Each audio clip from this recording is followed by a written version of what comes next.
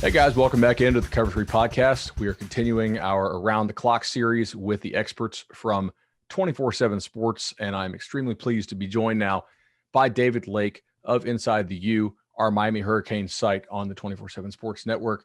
David has almost 15 years covering the Hurricanes, and I just love talking ball with him, chopping it up whenever we're at camp. So David, welcome to Cover 3. Bud, good to be on with you. It's an honor to be on the Cover 3 podcast feed. RIP to Barton Simmons, but I've definitely enjoyed listening to you on the podcast. It's always a fun show. I appreciate it, man. We're going to get down here to what the people really want to know about the Miami Hurricanes. First, we're going to put 15 minutes on the clock. I'll throw it on the timer here. Okay, so last year, 8-3 for Miami. Really a successful season in your eyes, I think, coming off COVID? I think so. I mean, in general, big picture wise, if you look at it, Miami won the games they're supposed to win, I think, which is something that hadn't been happening at Miami, if we're being frank, for the majority of the past 16, 17 years. So that was a positive step. But I do think there is a level of disappointment because Clemson games, North Carolina game, weren't close. And those are the types of games that Miami expects to be competitive in. And so we'll see if they can take that next step here this year. I agree with you on that. It is a little bit weird, to look at Bill Connolly's win expectancy chart, and most of Miami is bright green, and then just two of them stand out at dark red, like a 0% post game win expectancy. It's a little bit jarring to look at, but still a nice step forward ahead for Manny Diaz's team.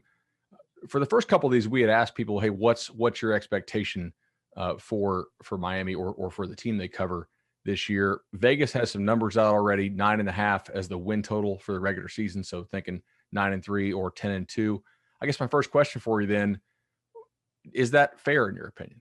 I think that's the exact number, the correct number that it should be set at. Again, if Miami wins all the games they're supposed to win this year, you're looking at probably a 10-2 season. If Miami drops a game that they probably shouldn't drop, which has been kind of the norm here recently for the Miami Hurricanes, then you're looking at 9-3 or worse. So I think 9-5 is the perfect line. And to be frank with you, from a Miami Hurricanes fan perspective, it's time to win 10 games. And so Manny Diaz is trying to take that next step with the program. It's only happened once since 2004 when Miami had that magical 2017 season in which they finished 10-3. So it's been a rarity at Miami, but it's the challenge for Manny Diaz is to try and stack 10-win seasons consistently, and we'll see if he can take that next step this year. So how do they get to those 10 wins this year? I guess starting on offense, can you give us the latest on what you've been hearing about Derrick King? He, just for listeners who may not know or may not remember, obviously some people watched ball last year due to COVID. Some people probably didn't watch as much ball. The torn ACL, correct, in the bowl game against Oklahoma State. So that was late December, early January, I think. Yep. What is his recovery timeline? Is he going to be able to throw with the receivers over the summer? Is he already doing that? What are we looking at here? Yeah. So according to everyone at Miami, he is ahead of schedule. And, as you know, Bud, ACL injuries aren't nearly as bad in terms of the recovery time and just getting back to what they were as they used to be. And so right now, Derrick is throwing from a stationary level. I do think the plan in June is to start getting him doing 7-on-7 stuff. So kind of dropping back a little bit more. And the expectation is that he will be participating in fall camp. So early August. And again, the expectation is that he will be the starter Alabama week 1. Now if setbacks do happen, that can certainly change that timeline. But right now, everyone is expecting Derrick to be good to go against Alabama game 1. That's great news for Miami. Obviously, I guess we'll shift to receiver here a little bit. Where do you see the Miami receiver position this year? Just for listeners who may not know, they took in Charleston Rambo as a transfer from Oklahoma, had a really good 2019, right? And then 2020 wasn't quite as promising, right, but still a talented guy. What are your thoughts on that room? So you could argue that the wide receiver spot will determine the ceiling of this team, because if you go back and look at 2020, the inability of Miami's receivers to make plays downfield is kind of what limited them against Clemson and against North Carolina, amongst other things. But Miami needs to get better play out of the wide receiver group. They are optimistic about Charleston Rambo after seeing him make plays in the spring game. He had 60 yards in the first quarter before they pulled him from that game. In the second scrimmage of the spring, he had 100 yards and a touchdown. So he was out there making plays. They feel good about him. And then people behind the scenes inside the program are confident in Keyshawn Smith, who is a second-year freshman. He started the spring game for whatever that's worth. So they feel like he can be another downfield threat to pair with Rambo. And then in the slot, Mike Harley. I think a lot of people are surprised by this, but he is the top returning producer from the slot receiver position. So whatever that means, he is one of the better slot guys coming back this year. And Miami does return Mark Pope, D. Wiggins, who were the starters last year, but I do think those guys will have a reduced role, and we'll see if Miami can make more plays downfield this year. And just looking at stat sheet here, last year, Mark Pope, 11.5% drop percentage. D. Wiggins, 12.1% drop percentage. I mean, in comparison, Mike Harley, 5.9.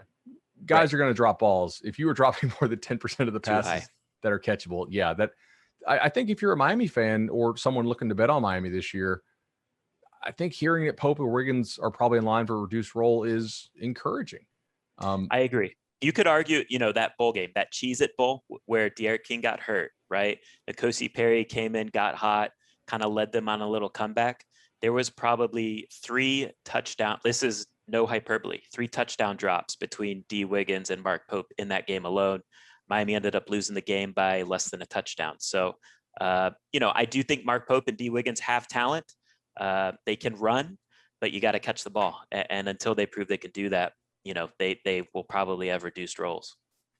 Last year, they threw a lot of balls to the backs out of the backfield. Actually, 25% of their receptions were from guys lined up in the backfield. That's one of the highest percentages in the country. Is that something that you think is something they were doing because of the problems at receiver, or do you think that's going to continue to be a feature of the offense? A little bit of both. I do think it's going to be something that maybe they look to grow with Jalen Knight, who is a second-year freshman, very good route runner for a running back. And I wouldn't be surprised if there's kind of an emphasis on him in the passing game against Alabama, kind of like, some gadget plays there. Because he can line up in the slot. They can motion him out there, and he can get open in that regard. So I think he's a good receiver. I think Cam Harris is a good receiver, and Don Chaney Jr., who everyone at Miami is excited about in this year too for him in terms of being the guy at running back. He catches the ball in the backfield well too. Turning to the running game here, obviously Derrick King is a part of that. I don't know, what the expectation is for his role in the running game in 21 compared to what it was in 20, coming off the ACL. Right.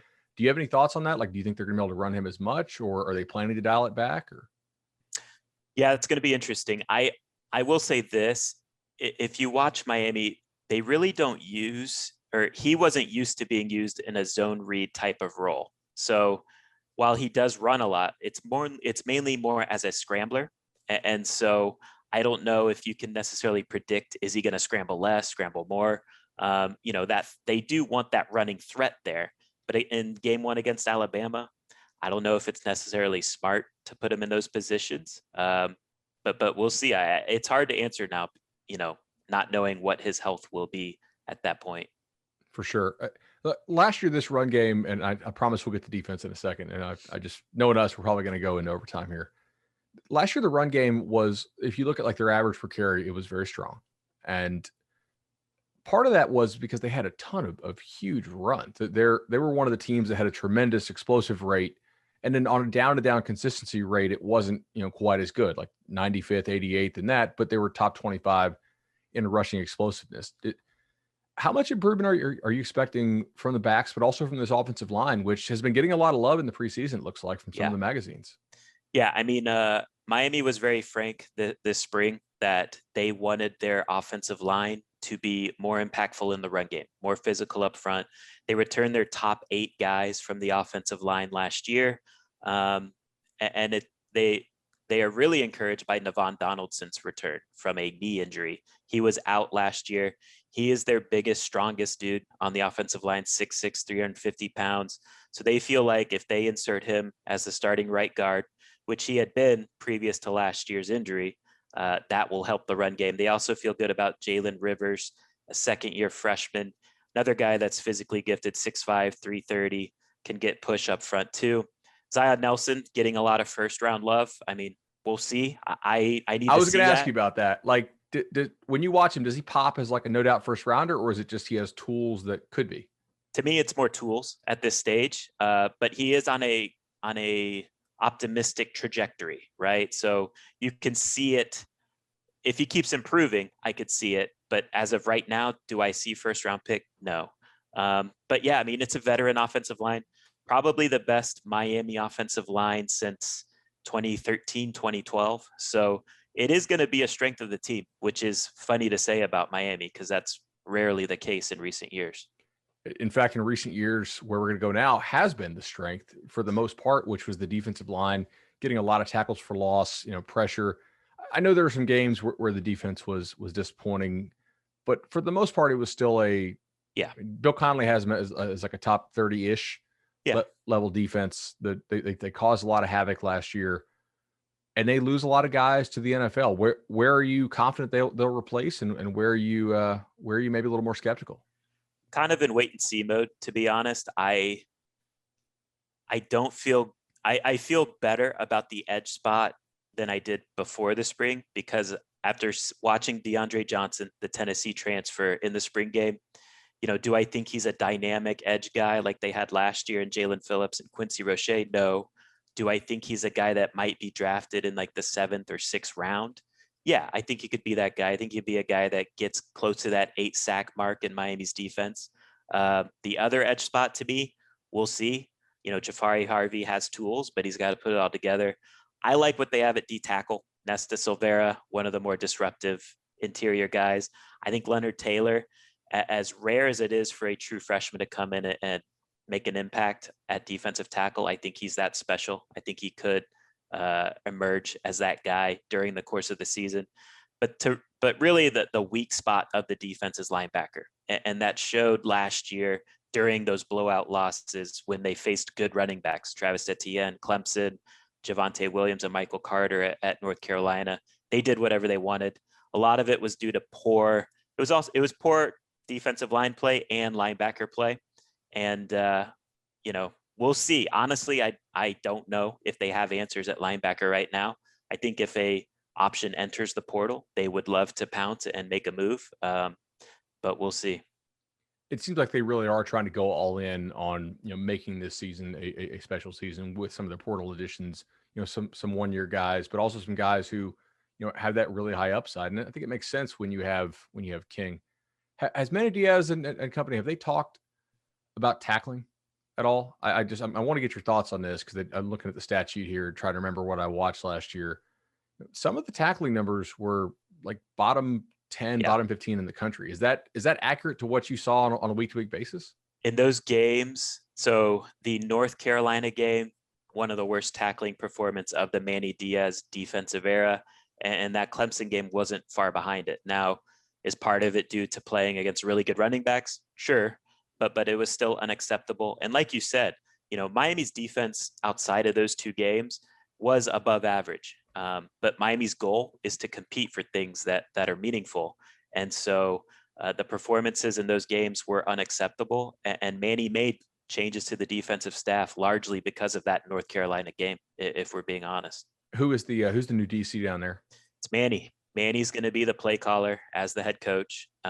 He's excited about it. So, and I think it's a good move. I think he can handle it. Brett Lashley's kind of the head coach of the offense, if you will, and Manny's going to run things on defense. It's a whole new staff.